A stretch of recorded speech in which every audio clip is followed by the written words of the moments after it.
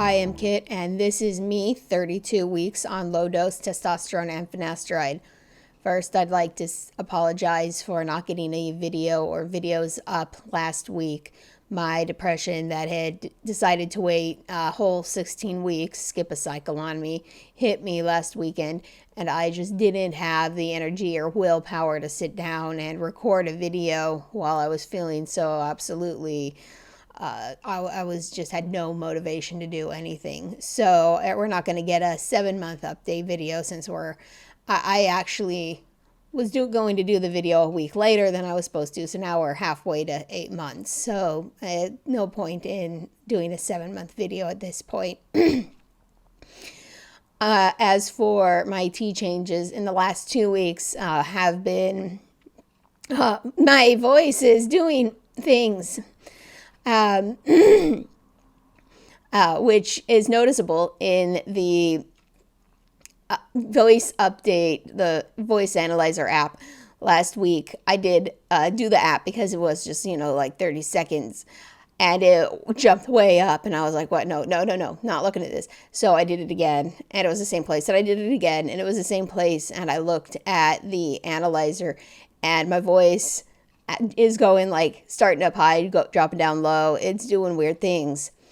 And so this week I did the same thing because it dropped really low and I was like, whoa, that's weird.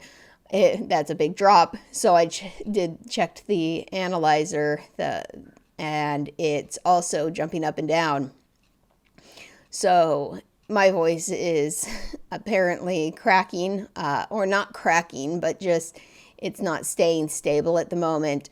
I do notice later on in the day I do talk higher pitched, and I have started a couple new D&D groups, and it bothers me knowing that how I sound on the groups, that my voice still sounds female, and I really am anxious for it to sound androgynous. And I, especially in game groups where there's the perception that girls aren't gamers, and I feel like it outs me as someone I'm not, and it's disconcerting, but I just sort of have to roll with it. And then I have to explain to my groups over time why my voice is going down, and I'm not sure how that's going to go over. I'm more confident telling people online, because if they're judgy, they are not going to be judgy to my face. They're probably not going to be, transphobic to my face. And if they are, they'll get kicked out of the group, because I made sure to apply to groups that were, queer friendly.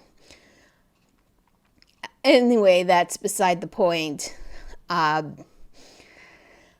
changes I've noticed these last 2 weeks. I did get a comment a couple weeks ago when I was showing someone my before and after pictures, before T and current pictures, and they looked at me and they go, oh wow, your neck looks so thicker. So I must be gaining muscle maybe in my neck area. If I'm gaining muscle elsewhere, that would make sense. And men generally have wider necks, so that's that's an effect, a body change effect that I hadn't been thinking about it much. I looked in pictures in the mirror and tried to see, have my shoulders changed? This spot, has that changed? And I don't really have very good right before T pictures of me without, shirts that are covering this area.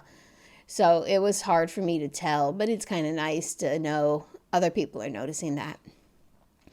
Another body change that I noticed is I measured myself again after, it's been about a month since I did that. My waist and hips have gone down a slight bit, But what was surprising was my chest or my rib cage has actually gone up about an inch. And I measured 3 times just to make sure because, I don't trust the changes apparently. And yeah, my chest is getting wider. And if I'm gaining more muscle in my back, that would make sense. I also noticed that a sweater I have, a work sweater, that they all came in the large is like a medium size on a woman's. Like it's not going to fit any of the men on the workplace. They came in like extra small sizes or something. But I got one because it fit me. And it's since, I wore it last winter, it's been getting harder to get on and off. And that may also be a sign that my upper body is growing. Beyond those things, there haven't been any T changes. My finasteride still blocking what I expected to do. Facial hair, body hair, balding, and bottom growth still not happening. My facial shape, I feel like it's getting wider again. I'm not sure why. My cheeks look like they're getting wider again. But like my jawline hasn't been changing at all.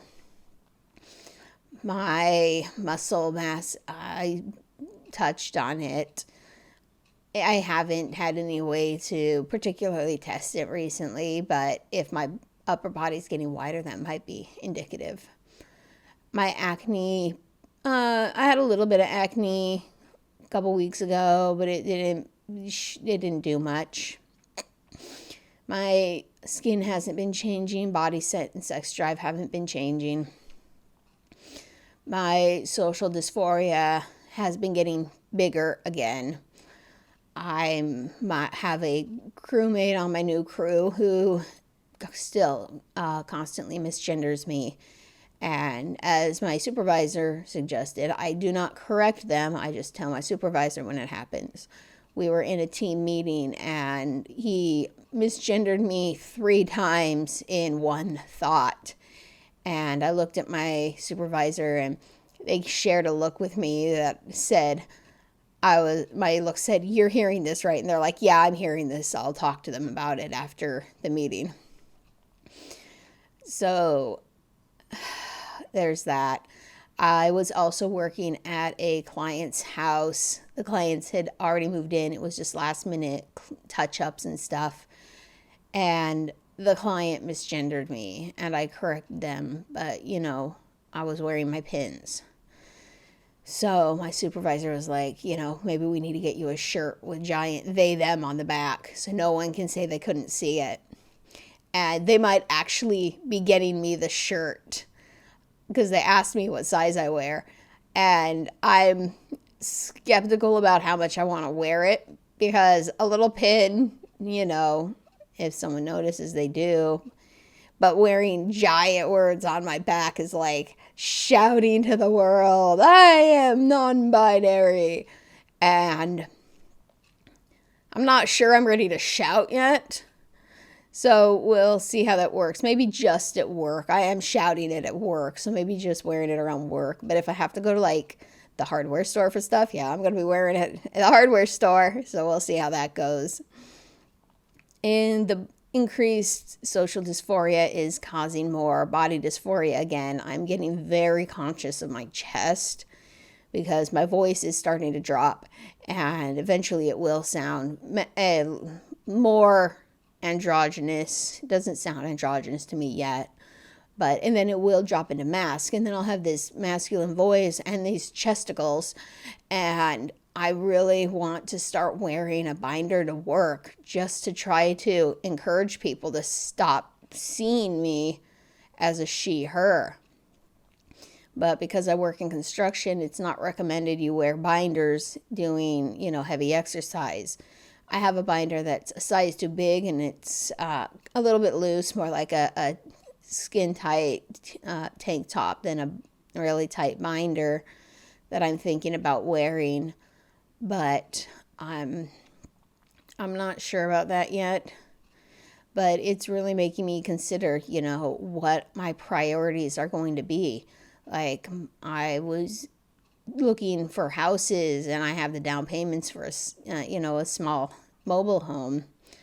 But what if I want top surgery more? What if that becomes a higher priority? That's the same money I would be having available. I'll have to choose what's more important to me in the coming up time. Top surgery, can be months to a year to more out when you try to schedule it. So there's that. And then what's it going to cost for tubal ligation? I don't have all the money saved up for all three things. And I'm going to have to decide which ones are more important to me, getting my own place or getting gender affirming surgeries. So transitioning comes with a lot of changes and a lot of unknowns that I wasn't expecting. So I believe that's all I have to talk about this week. So I will see you next week.